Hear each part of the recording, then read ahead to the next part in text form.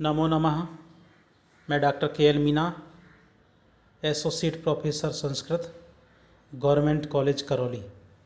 Sanskrit online class में हम आज षष्ठी विभक्ति का अध्ययन करेंगे।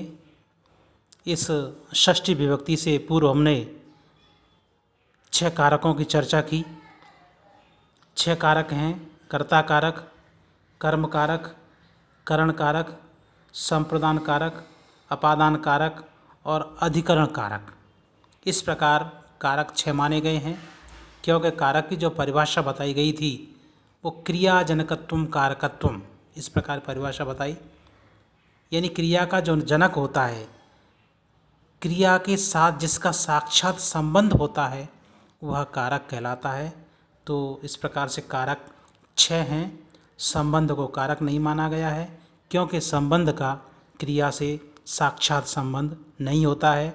और संबोधन को भी कारक नहीं माना जाता है, क्योंकि संबोधन प्रथमा का एक भेद मात्र माना जाता है। इसीलिए संबंध और संबोधन दोनों को ही कारक नहीं मानते हैं।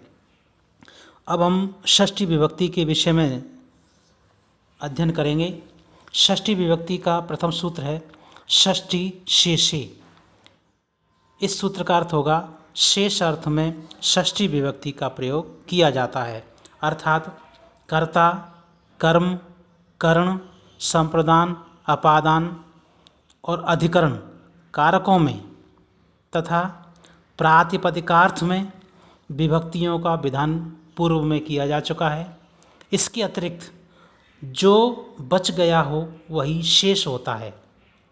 इस प्रकार कारक और प्रातिपदिकार्थ के अतिरिक्त स्वस्वामी भाव, जन्य जनक भाव और कार्य कारण भाव आदि जो संबंध है वह शेष है। उस शेष की ही विवक्षा में षष्ठी विभक्ति लगाई जाती है, अर्थात प्रथमा विभक्ति, द्वितीया, तृतीया, चतुर्थी, पंचमी और सप्तमी विभक्ति के अलावा जो शेष है अर्थात षष्ठी विभक्ति है, उसे शेष कहा जाता है। उसमें स्वस्वामी भाव आदि जो संबंध होते हैं वो शेष हैं। उस शेष की विवक्षा में ही हम षष्ठी विभक्ति का प्रयोग करेंगे। जैसे राज्ञः पुरुषः, राजा का पुरुष। इस उदाहरण में पुरुष स्व है और राजा स्वामी है।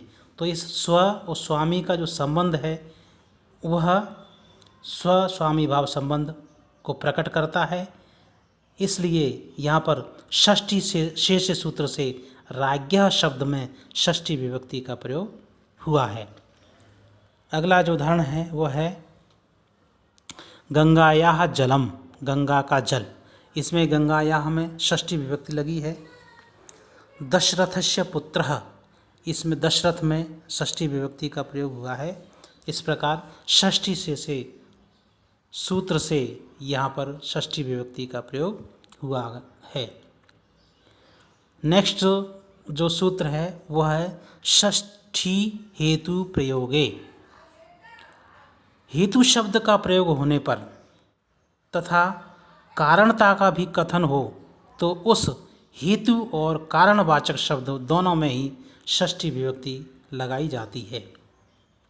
यानी कि यदि वस्तु की हेतुता या कारणता प्रकट हो रही हो और हेतु शब्द का भी प्रयोग हुआ हो तो दोनों में ही हम षष्ठी विभक्ति लगाते हैं। जैसे छात्रः अध्ययनस्य हेतोः प्रयागे वसति, छात्र अध्ययन के लिए प्रयाग में रहता है। यहाँ पर अध्ययनस्य में षष्ठी विभक्ति का प्रयोग हुआ है और हेतु शब्द में भी षष्ठी विभक्ति का प्रयोग किया गया है। सह धनस्य हेतोः सेवते, यहाँ पर धनस्य में षष्ठी विभक्ति लगी है और हेतु शब्द में भी षष्ठी विभक्ति का प्रयोग किया गया है। सह अन्नस्य हेतोः तत्र वसति, वह अन्न के लिए वहाँ पर रहता है। तो हेतु शब्द और कारणता में यानी अन्नस्य और हेतु दोनों में ही हमने षष्ठी विभक्ति का प्रयोग किया गया है। इससे स्पष्ट है कि हेतु शब्द में भी षष्ठी विभक्ति लगाएंगे और उसकी जो कारणता है उस कारणता में भी हम षष्ठी विभक्ति का प्रयोग करेंगे। धन्यवाद।